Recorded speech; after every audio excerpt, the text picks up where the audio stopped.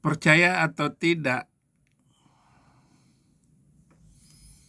berita kemenangan Iran menang dalam semua berita televisi Konoha dan Tel Aviv katanya. Luluh lantak. Mereka berkait dengan kehormatan bangsa Persia. Mereka kaitkan itu atas Israel.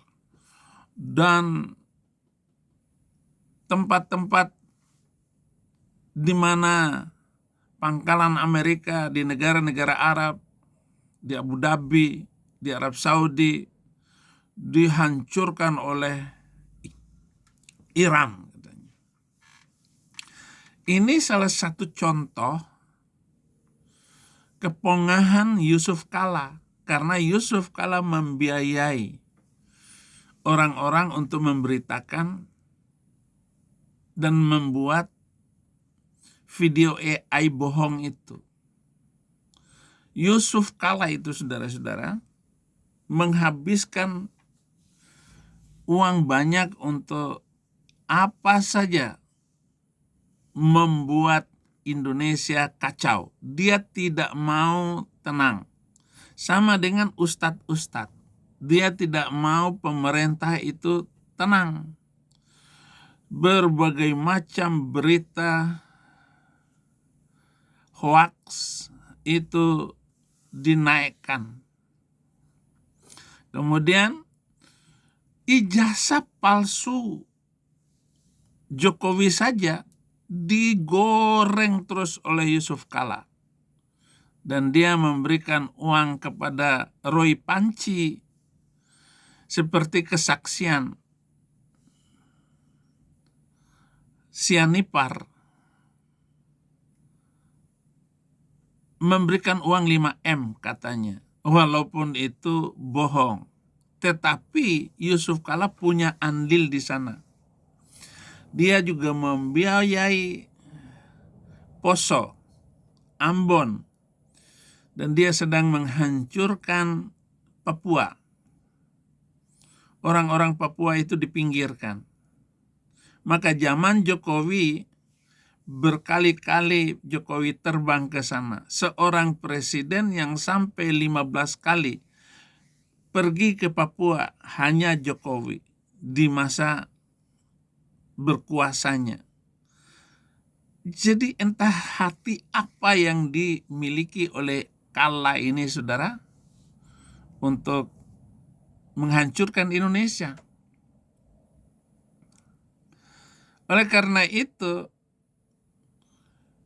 ormas-ormas yang mampu membawa Kala ke pengadilan berarti menghentikan peristiwa-peristiwa kerusuhan, penolakan gereja, kebencian terhadap minoritas itu akan terjadi ketika Kala ini ditangkap. Karena dia semua yang mengeluarkan dana untuk mendanai kasus Poso, kasus Ambon, kasus Depok, semua didanai oleh si Kala ini. Baru-baru ini dia meminta kepada Wakil Presiden Gibran untuk menaikkan harga bensin supaya ekonomi Indonesia ini terselamatkan. Tapi Gibran menolak karena tidak sesuai dengan rencana Prabowo. Kira-kira apa maksud Kala menaikkan bensin BBM di Indonesia? Apa alasannya? Supaya terjadi kerusuhan. Karena kalau bensin dinaikkan, itu rakyat-rakyat kecil menjerit. Dijadikan alasan untuk melakukan kerusuhan di mana-mana. Karena kenaikan bensin itu seluruh kota akan kacau. Jakarta, Makassar, Aceh, bahkan Surabaya ataupun Semarang, nanti mahasiswanya akan ribut. Nah, Yusuf Kala mau ribut itu. Dia senang. Karena dia ya tinggalnya di rumah, nggak ikut demo dia. Yang demo itu orang lain. Sama dengan 1967 ketika dia mahasiswa, dia diam saja. Dia nggak ikut di dalam demo itu. Dia hanya memprovokasi. Suara dia itu suara demo. Bukan suara seorang pemimpin. Bukan seorang pendamai. Dengar aliran suaranya itu. Dia suara provokasi itu jenis suaranya itu. Jenis suara Kala itu jenis suara provokasi. Orang yang nggak ikut apa yang dia ajak itu, dia itu pengecut. Dia mau mencari keuntungan dari kebobrokan mentalnya itu. Jadi si Kalajengking ini akan menang melawan pelapor ke polisi karena cukup pakai matris, cukup damai, minta maaf, selesai. Itu perkiraan yang selama ini terjadi. Tetapi dengan kerasnya para pendemo untuk memaksa Kalajengking masuk kantor polisi, ini akan menghentikan semua kebencian minoritas. Semua ibadah mereka boleh aman. Karena Kala ditangkap. Ini analisa yang pasti. Bukan omon-omon saja. Ya kalau saya sudah kecewa dengan Prabowo, ya emang benar. Karena Prabowo, tim anak buahnya itu enggak tepat janji. Namanya janji-janji politik. Ya saya yang terlalu bersemangat mendukung Prabowo agar terjadi perubahan, terutama membantu minoritas ini, karena ya janji dia adalah agar semua tempat ibadah itu bebas melakukan ibadah seperti amanat Undang-Undang Dasar 45. Masalahnya orang-orang yang menutup gereja ini tidak taat dengan undang-undang. Mereka mau menegakkan hukum syariat Islam seperti yang diinginkan oleh Kahar Muzakkar, Yusuf Kalla.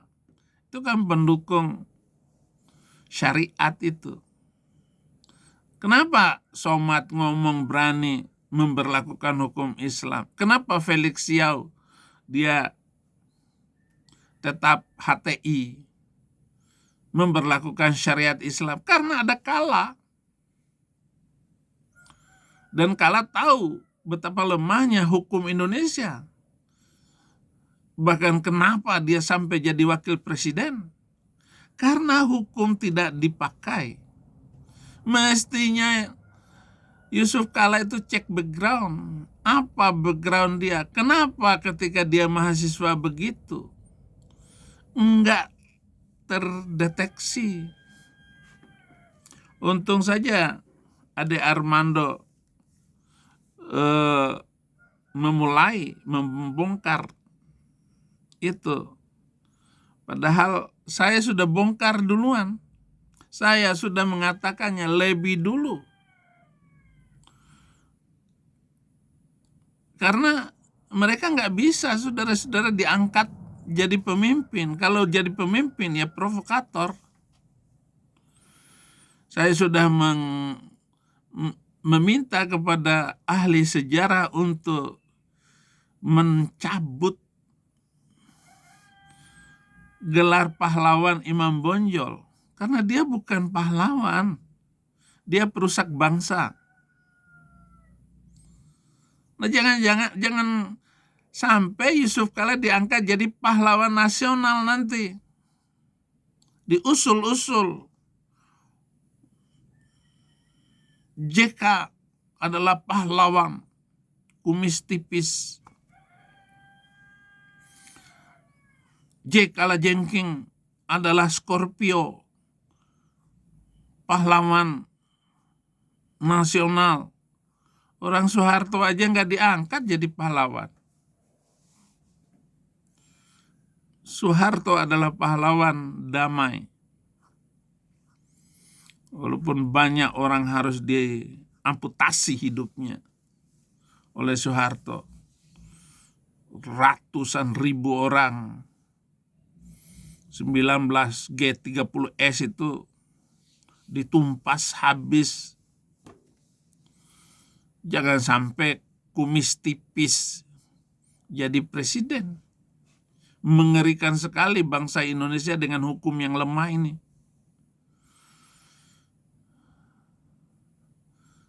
Jadi waktu saya dukung Prabowo menjadi presiden itu karena saya membayangkan dia pernah melarikan diri ke Yordan.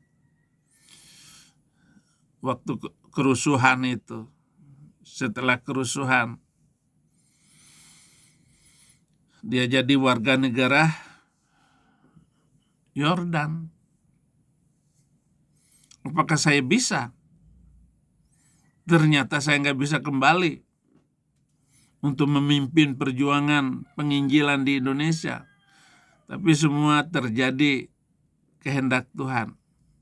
Kehendakmu lah yang jadi.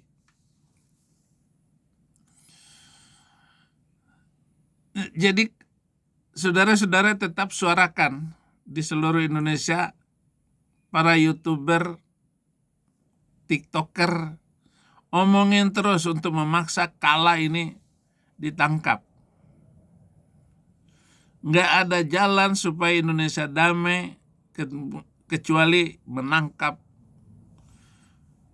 manusia ini. Karena kepongahannya sudah luar biasa ini, orang sombong, makin tua makin menjadi tua-tua keladi, makin tua kelapa makin bersantan. Mestinya makin tua itu makin bijak. Tetapi omongan dia ini terbuka betapa jahatnya ini manusia.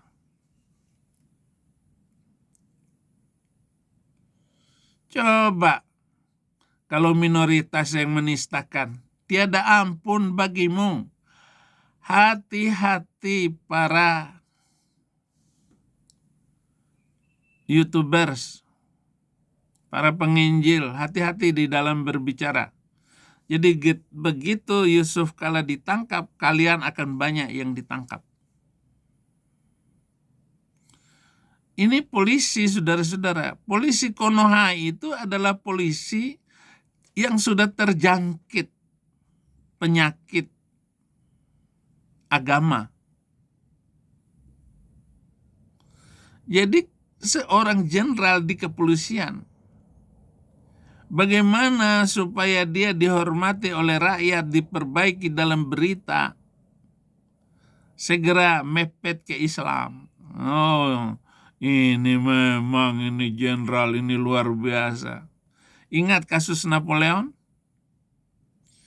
Dia membela FPI di dalam penjara ketika dia ditangkap supaya nggak dipenjara. Dia bela Habib Rizik, tetapi dia pakai berita Saifuddin Ibrahim. Inilah dia kalau orang itu nggak ditangkap. Dia akan menistakan agama kita terus-menerus. Saya ini membela Allah dan Rasul, kata si Pongah ini. Jenderal Pongah Napoleon yang menyiksa KC di dalam penjara. Kasih makan kotoran. Jadi dia ambil kotorannya kemudian dimasukkan ke mulut KC. 5 orang keroyok, pingsan sampai jam 3 pagi. Orang udah pincang kayak begitu, disiksa sama Napoleon, polisi itu. Ini ketidakadilan, saudara. Hukum yang tidak dipercaya lagi adalah hukum Indonesia. Karena mereka memegang kendali di pengadilan, hakim, jaksa, penyidik, itu sudah di tangan JK. Tidak ada hakim yang adil di Konoha. Di NKRI itu nggak ada. JK itu dajjal, perusuh, provokator. Dia menikmati setiap kekacauan untuk keuntungan pribadinya. Karena kita perhatikan dari kecil saya, Muslim itu suka rusuh, suka huru-hara. Yang penting boleh pejabat walaupun penjahat. Konoha adalah antah berantah. JK punya Roy panci untuk dipakai apa saja walaupun katanya dikasih 5M untuk mengusir, mengatur, mengacaukan urusan Jokowi saja. Sekian banyak. Nggak habis-habisnya. Jadi kalau kamu ditangkap, kamu siap. Tifa ditangkap, siap. Pokoknya ngomong terus. Itu sangat merusakkan daripada kita berbicara masalah menghina Islam, menghina Nabi Arab itu. Nggak masalah sebenarnya. Tetapi sekarang ini yang difitnah orang yang masih hidup. Jokowi. Presiden lagi. Ributnya setelah turun. JK nggak berani mempermasalahkan ijazah Jokowi. Karena Indonesia ini urusan ijazah. Bukan urusan karena orang itu berkapasitas. Selama ini JK hanya cari sensasi untuk menutup kerugian perusahaannya. Dan korupsi adiknya itu 1,5 triliun. Ketika dia membangun PLTU di Kalimantan Barat itu. Adik JK itu koruptor. Itu sebabnya dia mencari sensasi itu. Demikianlah juga Matius 23 ayat 28 sampai 29. Demikianlah jugalah kamu di sebelah luar. Ya, di sebelah luar.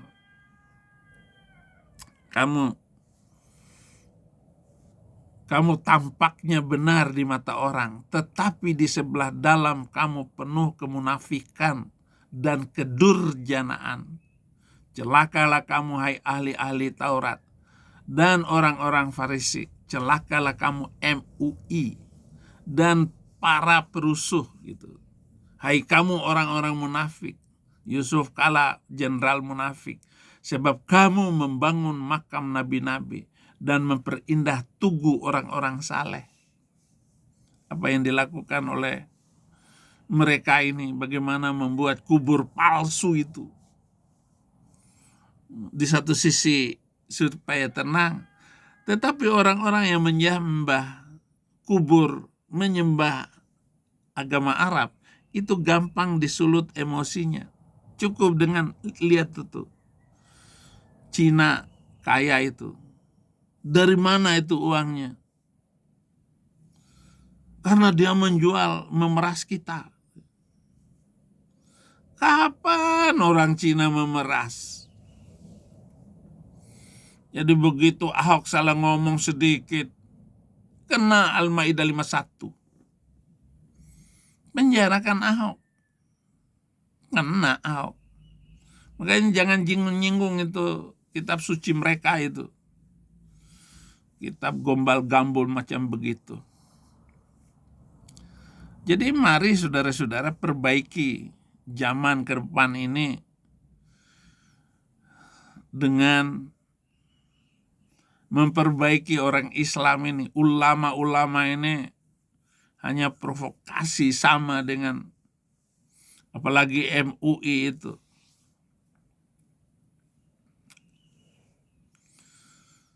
MUI nggak ada gunanya sama sekali. Nggak usah lah ngomong PGI. Woi PGI. Persatuan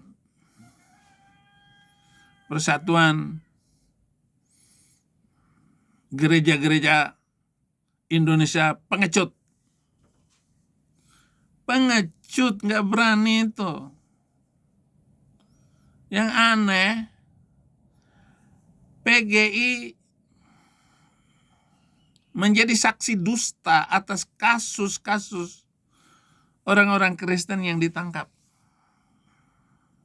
PGI bilang, saya nggak tanggung jawab dengan pernyataan pendeta Saifuddin Ibrahim. Lah memang lu nggak bertanggung jawab? Oi, PGI. Siapa jadi ketua PGI sekarang ini? Ambon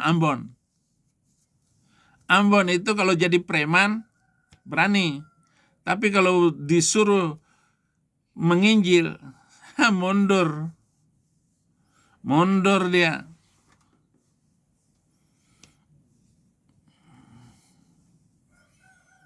PGI, coba bersuara, laporkan Yusuf Kala itu. Bukan Batak Bersatu. Batak Bersatu ya pasti berani untuk melaporkannya.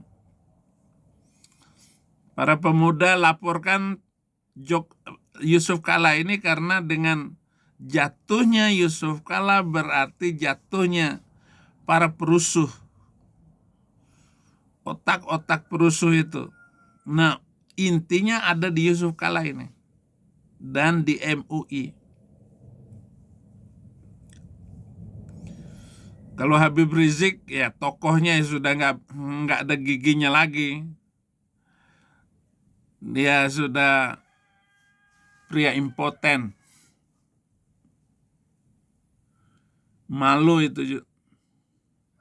Seumur dia, sekonyol dia ini, ngomongin terus, mau ceramah nggak laku, maki-maki Deddy Mulyadi. Nanti Jawa Barat akan menjadi provinsi musyrik, katanya. Biarin aja daripada Arab hancur karena agama nenek moyang kamu itu. Arab itu hancur sekarang ini kayak karena nenek moyangnya. Yang nggak Sunni, nggak Syiah. Sama-sama dipengaruhi oleh ajaran kitab suci yang sama, hadis yang sama. Mari saudara sadari diri ini. Tangkap Kala, maka Indonesia aman. Mau aman masa depan, tangkap Kala. Nggak ada jalan lain. Semangat para TikToker, YouTubers Kristen, komentarin setiap hari. Memang manusia rusuh ini harus dipermalukan. Terima kasih saudara-saudara untuk setiap dukungan Anda dan doa, dan channel ini makin baik ke depan. Walaupun saya makin tua, makin menjadi. Karena pemikiran-pemikiran saya, komentar-komentar saya untuk penginjilan ini penting bagi kita semua. Jangan lupa like dan subscribe. Tuhan Yesus memberkati.